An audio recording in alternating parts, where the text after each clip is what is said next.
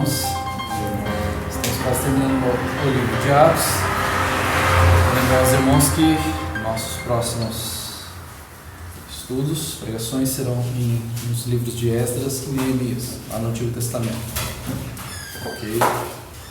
Então, hoje nós vamos expor o livro de Atos, no seu capítulo 28, versículos de 1 a 10. Já vimos aqui que houve aquele naufrágio do navio onde Paulo estava, e aqueles chegam até esta ilha de Malta.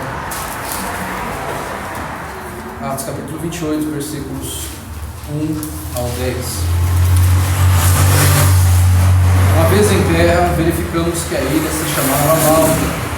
Os bárbaros trataram-nos com singular humanidade, porque acendendo uma fogueira, acolheram-nos a todos por causa da chuva que caía e por causa do frio. Tendo Paulo ajuntado e atirado à fogueira um feixe de gravetos, uma víbora fugindo do calor, prendeu-se-lhe a mão. Quando os bárbaros viram a víbora pendente da mão dele, disseram uns aos outros: certamente este homem é assassino, porque salvo do mar, a justiça não o deixa viver. Porém ele, sacudindo o réptil no fogo, não sofreu mal nenhum. Mas eles esperavam que ele viesse a inchar ou cair morto de repente. Mas depois de muito esperar, vendo que nenhum mal lhe sucedia, mudando de parecer, diziam ser ele um Deus. Perto daquele lugar havia um sítio pertencente a um homem principal da ilha chamado Públio, o qual nos recebeu e hospedou benignamente por 3 dias. Aconteceu-se achar enfermo de disenteria, ardendo em febre, o pai de Públio. Paulo foi visitá-lo e orando impôs-lhe as mãos e o curou.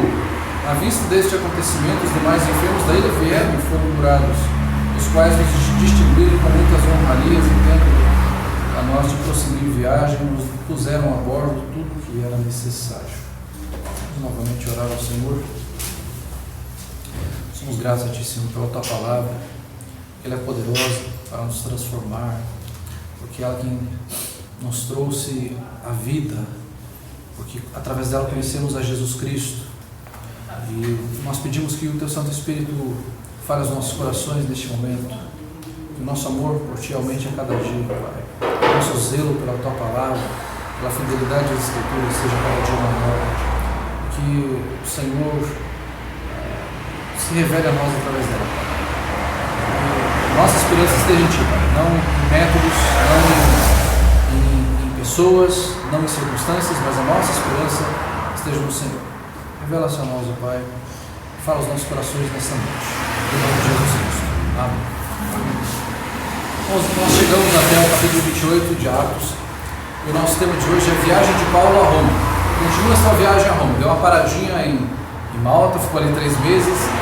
Mas a viagem de Paulo a Roma, providência e proteção de Deus, do Deus imutável. Nós vamos ver essas características de Deus aqui em Atos capítulo 28. A providência, a proteção de Deus imutável. Nós vemos a providência de Deus já nos versículos 1 e 2, quando Paulo e todos aqueles homens, marinheiros, comandantes, os militares, os malfeitores e os cristãos que estavam ali sendo levados por causa do Evangelho, ao todo 276 náufragos estavam ali, chegam até esta ilha de Malta, livrados por Deus, nenhum deles morre, e eles chegam até esta ilha e o texto fala que eles são atendidos com singular humanidade. Então são 276 pessoas ali que ninguém conhece, e nós sabemos muito bem que para atender pessoas assim, você precisa ter uma certa hospitalidade, uma disposição de servir. Mas não conhecem, não sabem quem são, de onde vêm. Muitas vezes, na verdade, muitos deles eles sabiam que não tinham um passado muito bom. Então, era um grupo de pessoas ali que estavam cansados, porque já estavam há algum tempo, há semanas no mar, principalmente no último período ali, onde houve todas aquelas tempestades ali, o medo que eles estavam, todos molhados, com frio, com fome, necessitados. de um abrigo. E eles chegam então até aquela ilha e são recebidos com grande humanidade pelos maltenses. De tal forma que eles acendem uma fogueira para aquecê-los, para deixá-los naquele local próximos, para que pudessem minimamente se aquecer. Eles têm esta disposição de servir, esta disposição de receber pessoas. Nós moramos numa cidade onde nós somos muito famosos por não sermos bons anfitriões. Não é verdade? Nós temos muito essa fama. Talvez no nosso estado nós estejamos lá no top 5 dos piores anfitriões do Paraná. E não é raro chegarmos para conhecidos nossos e falarmos: olha, eu moro em tal rua, mas eu não conheço os meus vizinhos, eu malmente digo oi. Eu fico no ponto de ônibus lá, mas o máximo que eu faço é dizer oi, eu viro pro meu canto ali, pego meu celular lá, fico conversando com alguém, eu fazendo de conta que estou conversando com alguém. Então, a nossa característica é diferente de populações de outros lugares. Eu já morei em outros lugares e são características bem distintas. No primeiro dia que eu cheguei na cidade, já entrei no ônibus, já sentei do lado de uma senhora, já começou a conversar comigo: o que você está fazendo aqui? Eu vim estudar aqui, vou ficar tantos anos aqui. Ela foi conversando: seja bem-vindo, isso, aquilo, outro. E na cidade era muito comum as pessoas conversarem no ponto de ônibus, encontrar com um vizinho e conversar. Não existe em outros lugares essa facilidade que nós não temos. E esses maltenses, eles tinham essa hospitalidade, essa disposição de servir aos necessitados. Algo que nós cristãos precisamos ter. Nós precisamos ter esta disposição de nos envolvermos, de nos importarmos com os outros. Obviamente que o principal é que nós não estamos pregando um evangelho social. Nós não podemos cair nem num extremo nem no outro. Não vou ajudar para não cair no evangelho social. Não, isso não quer dizer nada. Você não pode dar ênfase, achar que a solução da vida das pessoas é elas terem uma vida financeira melhor, que a salvação delas está em terem melhores estudos, um melhor trabalho. A solução para a vida de qualquer pessoa é a libertação por meio de Cristo Jesus. Mas quando há uma necessidade de uma pessoa, que ela está lá doente, necessitando de repente de uma consulta médica, não tem a condição de ir, necessitando de uma roupa que ela não tem para vestir, necessitando de coisas básicas, de uma cesta básica para a família, de nós estamos próximos aos nossos vizinhos, parentes, amigos, e sabemos que eles são necessitados e precisam ser ajudados. Nós temos este privilégio de sermos instrumentos nas mãos de Deus. Nós vemos aqui a provisão de Deus, Deus mostrando a sua providência através dos maltenses. Deus poderia simplesmente dar roupas novas para eles, secar a roupa deles, poderia fazer com que as roupas dele nunca molhassem, como Deus fez no deserto. O povo não andou no deserto e não fala que a roupa deles não envelheceu, que os calçados deles não se desgastaram. Deus poderia fazer isso. Mas Deus normalmente usa com sua providência instrumentos, e nós somos instrumentos de Deus. Não basta dizer: Senhor, dá a sua providência para aquela família. Ora, Deus pode de repente estar me mostrando para eu ser um instrumento na vida daquela pessoa, não para eu pedir que caia uma cesta básica do céu, ou que surja um dinheiro no chão e ele fala: olha, exatamente esse dinheiro que eu precisava para pagar uma consulta, para eu comprar uma roupa, para eu comprar um quilo de feijão. Deus pode nos usar como instrumentos para sermos hospitaleiros, para estarmos próximos de pessoas carentes, doentes, vítimas de desastres, como aconteceu já em nosso país aqui, este ano ainda, de enchentes, de soterramentos. De nós estarmos prontos a doar, a procurar ajudar de alguma forma. Se for próximo a doar, ajudando ali diretamente. Se for longe, dá para ajudarmos indiretamente. Então Deus pode nos usar como instrumentos da sua providência. Em nosso país já surgiram quantos refugiados, quantos já vieram do nosso país, da África, do Oriente Médio, de tantos outros lugares, vieram para o Brasil e já em tempos antigos também vieram para o nosso país, fugidos de guerra, de perseguições políticas.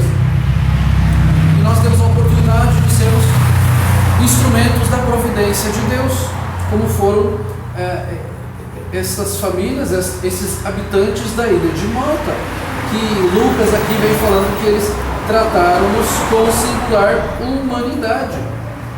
A palavra bárbaros aqui se refere àqueles que não eram gregos, então para aqueles que não faziam parte da civilização deles, são estrangeiros. A pergunta que fica: será que nós estamos preparados para sermos generosos para com o próximo também, para sermos instrumentos nas mãos de Deus? Nós compreendemos sim que Deus providencia, mas não ficarmos só com aquela coisa: Deus vai enviar do céu, Deus vai fazer algo miraculoso. Ele pode fazer? Claro que pode fazer. Ele faz muitas vezes, mas também Deus nos usa. Deus cuida de nós através de pessoas. Quando em várias circunstâncias em que passei por alguns apuros, encontrei irmãos em Cristo em outros lugares que me ajudaram. O carro estragou, tinha lá um irmão, uma irmã que morava naquela cidade, conhecia um mecânico, me ajudou.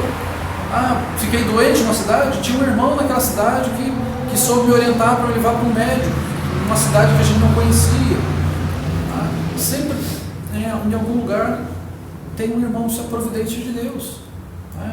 Deus não poderia mandar um anjo do céu e falar: vem por aqui, seguindo o anjo, seguindo a estrela que você vai achar. Poderia, mas Ele pode usar nós como crentes. Nós somos servos de Deus, somos instrumentos da provisão de Deus, e Deus usa a sua providência. E nós falamos, inclusive, em outras circunstâncias, que Deus pode usar, inclusive, incrédulos como sua providência, para nos ajudar, para nos livrar de circunstâncias.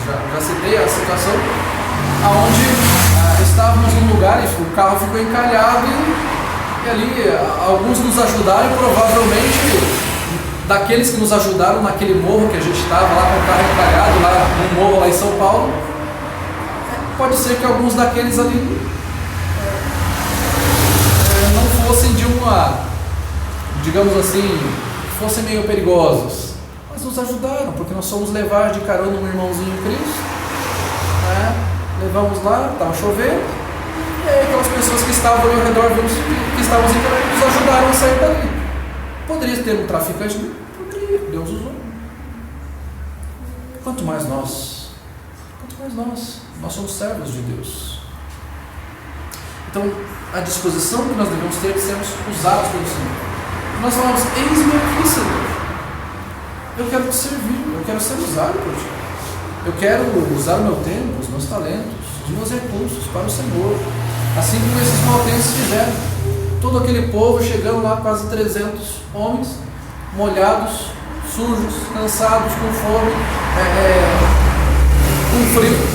Nós vamos servir, nós vamos cuidar deles.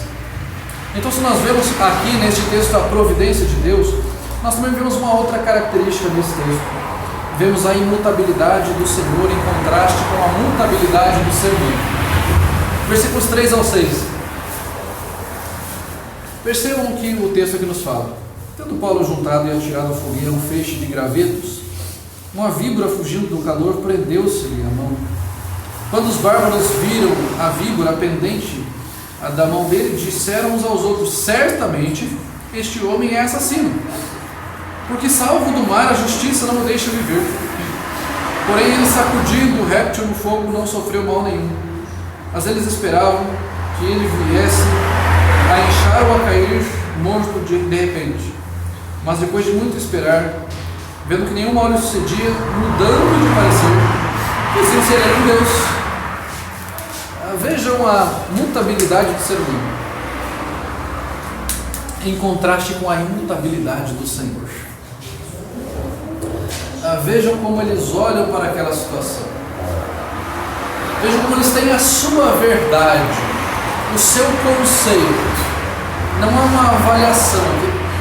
Se nós nós formos olhar para as características da nossa sociedade e também para a característica que nós estamos examinando aqui nas Escrituras, nós vamos ver o quanto o ser humano ele é flexível.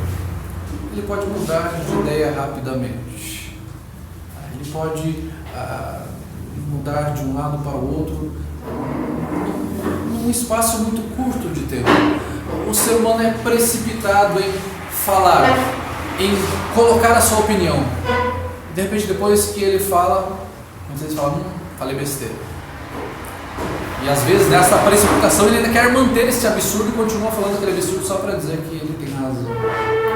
E o ser humano ele é supersticioso. Ele tenta colocar em coisas, circunstâncias, pessoas, um sentido para aquilo que está acontecendo. Alguns exemplos sobre o ser humano ser flexível e ser precipitado. Técnico de futebol, nosso país. Nossa seleção foi campeã do mundo em 2002, já faz tempo. E algum tempo depois, com o mesmo técnico, o Brasil tomou um 7-1 da Alemanha inesquecível. Tão inesquecível quanto o título mundial. E este mesmo técnico que era brilhante, que formou a família escolar, e que legal, ele conseguiu juntar uma constelação ali de jogadores muito bons. Agora ele é ultrapassado, ele é ruim, ele não serve para nada, ele é velho, ele é isso, ele é aquilo outro. As coisas vão mudando. Um técnico que é bom hoje, se ele perder 2, 3 partidas, daqui a 2 semanas já se fala, ele é horrível.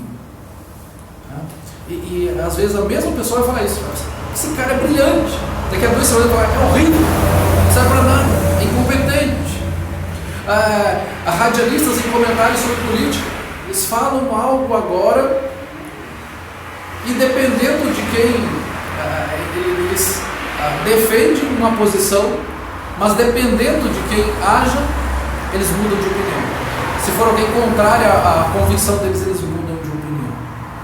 Ou aquilo não serve porque é aquela pessoa. O ser humano é tão flexível e quando nós estamos na infância, na adolescência, até na juventude, nós falamos, eu tenho amigos tão próximos, são inseparáveis, eu nunca vou me separar desses amigos, eu não me vejo sem ser amigo desta pessoa. Por experiência própria e de vida de outras pessoas, é muito provável que isso não perdure. Existem algumas exceções, mas normalmente os amizades se vão, cada um vai para o seu caminho, existem diferenças, existem brigas, isso é muito flexível. Você vê, olha que amizade linda daquela pessoa. Teve uma dupla que fez aí um filme um tempo atrás aí que acho que a música ganhou o Oscar, eles falam, olha a química que eles têm, eles parecem que vão ser amigos para sempre, eles falam, olha, parece que nós somos amigos desde a infância, isso e aquilo outro, nós somos, parece que nós temos uma sintonia de alma e tal. Uns 2, 3 meses atrás foi uma coisa que eles estavam meio brigados, que já não conseguiam conversar mais um com o outro. Esta flexibilidade, esta coisa que hoje é, daqui a pouco não é mais. E aqui nós vemos então estas características nos moradores de Malta, desta ilha, onde Paulo está ali pronto a servir. Aí ele chega ali, ele poderia simplesmente ficar parado, olhando eles fazerem a fogueira, mas vai pegar lá umas madeiras lá, e lá tem então uma víbora, e ela vem, pega nele e se pendura, e aqueles homens olham e falam, ele vai morrer, este homem vai morrer, porque ele só pode ser um assassino, porque olha o que o texto fala aqui, e eu até dei ênfase quando falei aqui. O texto fala que dissemos certamente este homem é assassino, porque salvo do mar, a justiça não o deixa viver. Eles já foram peremptórios, certamente ele é assassino, porque ele fugiu do mar, ele não morreu naquele naufrágio e veio morrer aqui. Alguns comentaristas entendem que existia uma história naquela ilha de um homem que já havia vindo, fugiu de um naufrágio e quando chegou na ilha morreu. picado por uma cobra. E aqui então eles têm essa certeza de que Paulo é um assassino. E eles falam que a deusa justiça estava se vingando. Provavelmente a justiça que ele se refere aqui é a deusa grega Nêmesis, né, que era a deusa da vingança, ou a deusa que contrabalançava a felicidade e o sofrimento. Então, se um homem ou uma mulher era muito feliz, a deusa Nêmesis fazia alguma coisa para que essa pessoa não fosse tão feliz.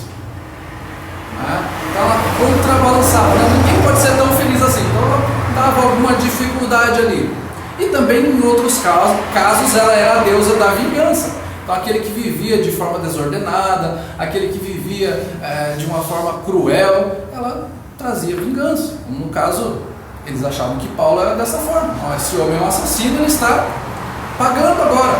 A deusa justiça está se vingando.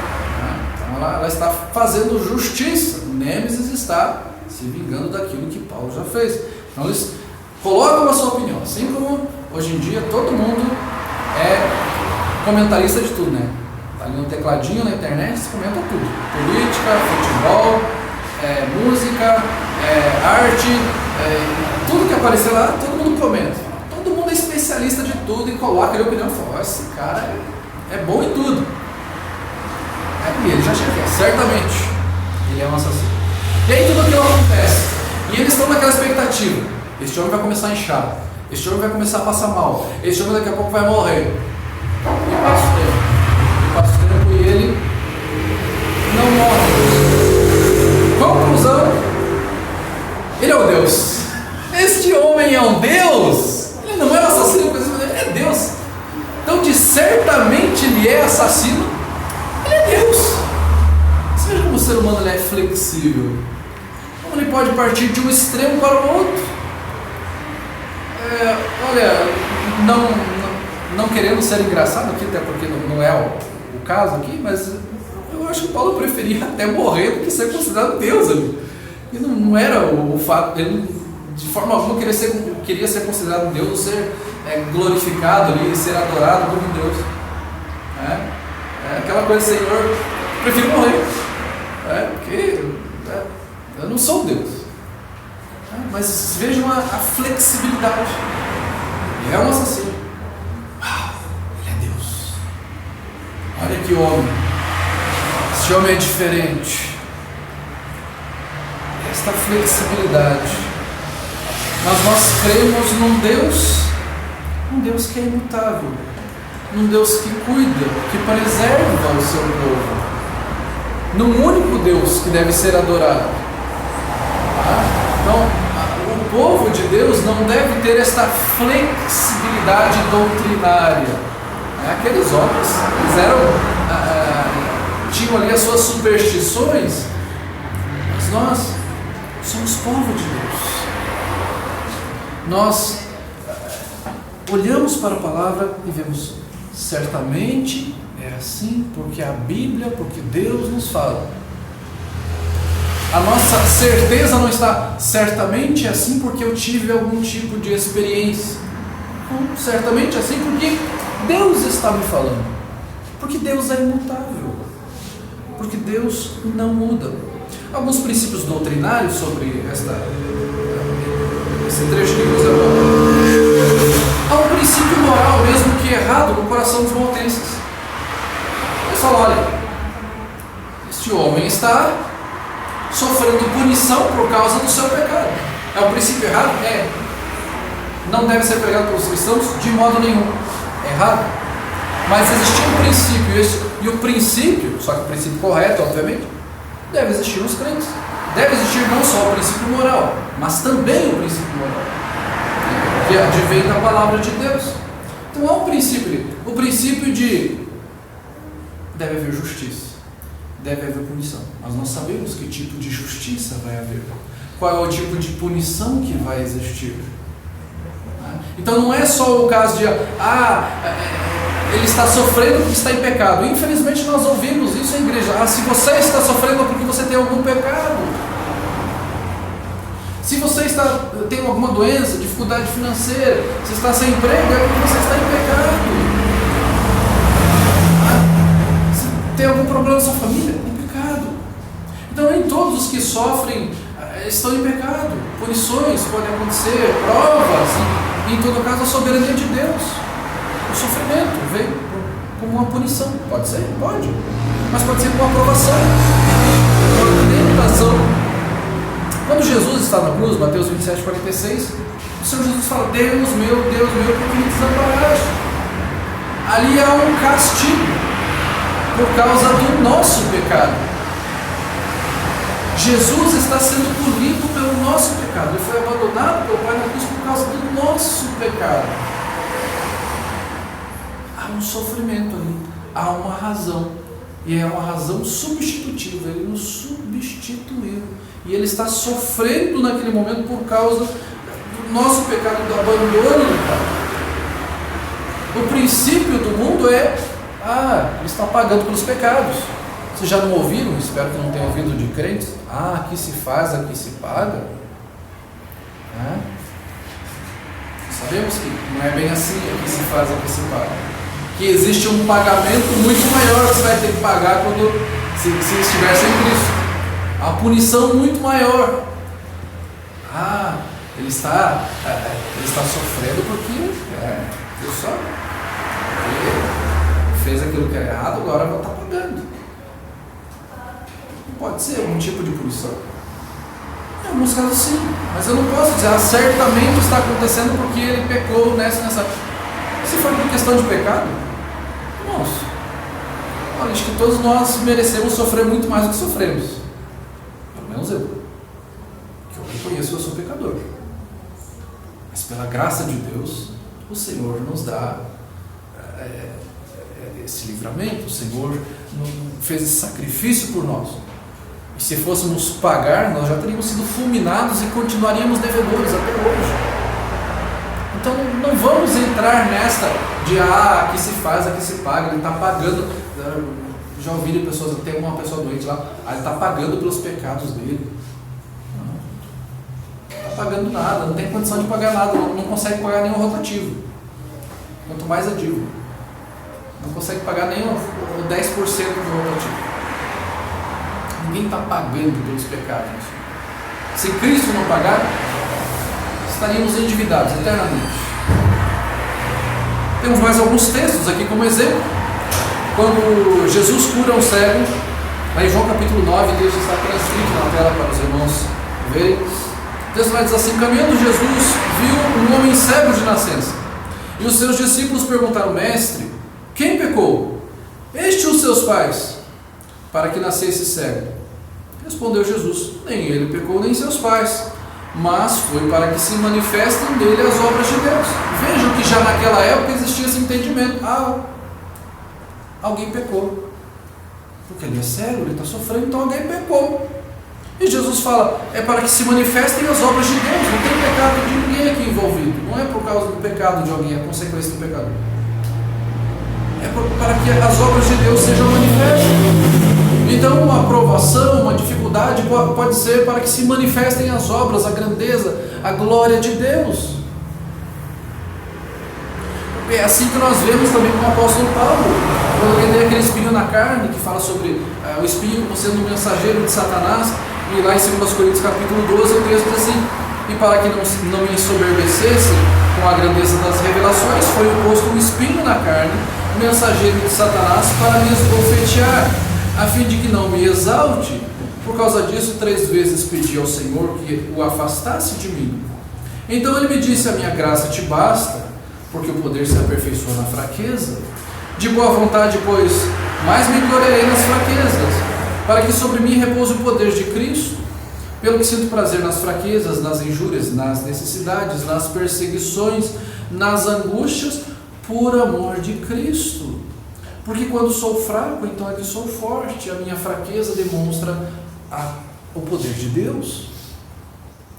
Não é porque eu tenho algum tipo de pecado, mas o Senhor usou isso no caso de Paulo e glória, para que eu não me vangloriasse das revelações que eu tive. Quando ele fala que ele foi arrebatado para o terceiro céu, ele falou: foi me colocar no espinho na carne para mostrar quem eu realmente sou. Eu sou fraco e ele é forte.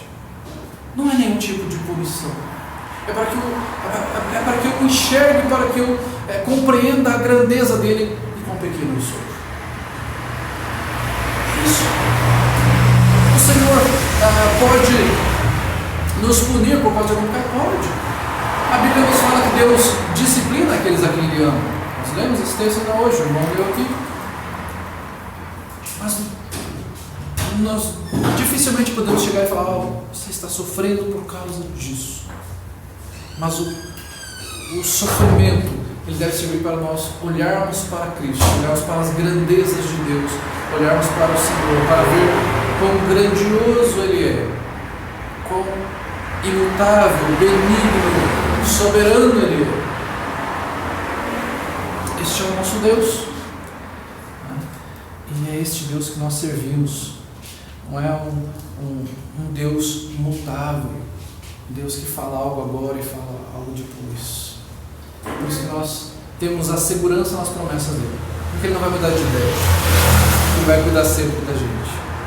E por último nós vemos a benignidade de Deus. Vemos lá nos versículos 7 em diante: perto daquele lugar havia um sítio pertencente ao homem principal da ilha, chamado Públio, o qual nos recebeu e hospedou benignamente por 3 dias. Aconteceu achar-se enfermo de desinteria, ardendo em febre, o pai de Públio. Paulo foi visitá-lo e, orando, impôs-lhe as mãos e o curou. À vista deste acontecimento, os demais enfermos da ilha vieram e foram curados, os quais nos distinguiram com muitas honrarias, e tendo nós de prosseguir viagem, nos puseram a bordo tudo que era necessário. Então nós vemos a benignidade de Deus refletida na vida daqueles que estão ao nosso redor e em nossas vidas. Esta benignidade é contrastada com a atitude dos falsos mestres de muitos crentes daquela época, que olhavam para o Evangelho como uma fonte de lucro, como algo que traria popularidade para eles. E aqui nós vemos a este homem que era um dos líderes da cidade ali, fala que ele era o principal lá da ilha, Públio, e ele leva até a casa dele, um homem importante, provavelmente de muitas posses, leva até a casa dele. Paulo fica na casa dele, juntamente com Aristarco, Lucas, fica ali naquela casa, e eles recebem muito bem o apóstolo Paulo.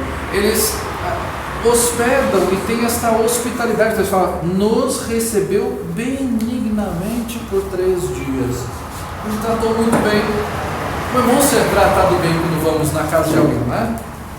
É tão complicado quando chegamos na casa de alguém e a gente não se sente bem-vindo. Parece que a pessoa está mandando a gente embora. Às vezes fica de cara feia, fica falando: pois é, hoje estou muito ocupado, muito cansado, isso, aquilo, outro, começa a inventar um monte de coisa. Fala: então tá bom. Mas é tão gostoso quando se sente em casa. Você fala: não, fica mais um pouco, vamos conversar mais. Graças a Deus, na maioria dos irmãos que a gente conhece assim, chega falando que bom, e às vezes é aquela pessoa que você nunca viu na vida, te recebe como se te conhecesse há um bom tempo, fala: dorme aqui, você pode comer aqui em casa.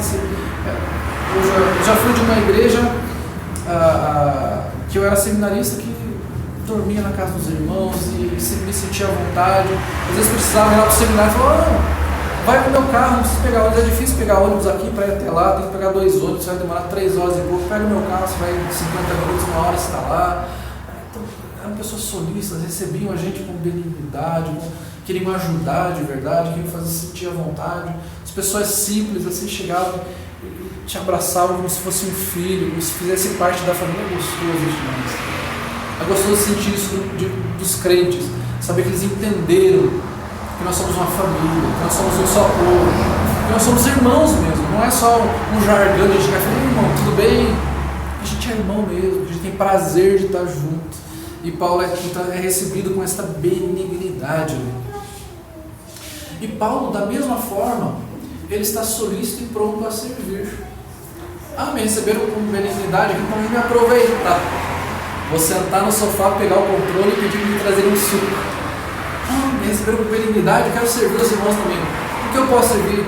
Irmãozinho está passando por uma dificuldade lá, voltando à história do seminarista. Então vamos orar por isso.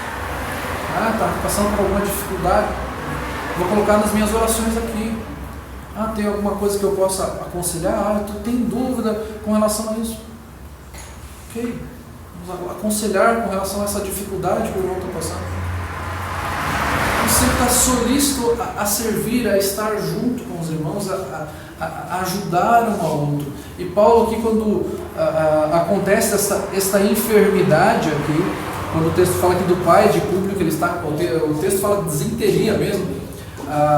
Alguns comentaristas entendem que esta disenteria ela era um tipo de bactéria que existia naquela região por causa do leite de cabra que eles tomavam lá naquela época, e era muito comum eles terem esse tipo de problema naquela região. Então as pessoas tinham problemas estomacais e febres, era um negócio bastante sério. E Paulo então impõe as mãos sobre aquele homem e ora a Deus para que ele seja curado. Deus, de uma forma majestosa, cura aquele homem. E Paulo então está ali, ele está pronto para servir, está pronto para ajudar. Ele não está ali, vou me aproveitar deste homem que é tão importante, eu vou de repente arrecadar alguns fundos aqui e ganhar dinheiro com isso, com alguns senhores, olha, chegando um irmão aí que tem uma chácara, que tem uma casa na praia, vou explorar esse irmão. Como é que eu posso ajudar esse irmão? Como é que eu posso servir? Nós não temos outros interesses que não seja o Evangelho. Se esse irmão um dia nos convidar para ir na casa dele, vou na casa de qualquer outro irmão, mas é estar pronto para servir. Paulo certamente não pensou nisso, olha, os bens dele, como eu vou desfrutar disso. E depois que ele da cura deste homem, obviamente que essas notícias se espalham, vem a população até ele, e ele de forma muito paciente ora por essas pessoas, e Deus miraculosamente cura.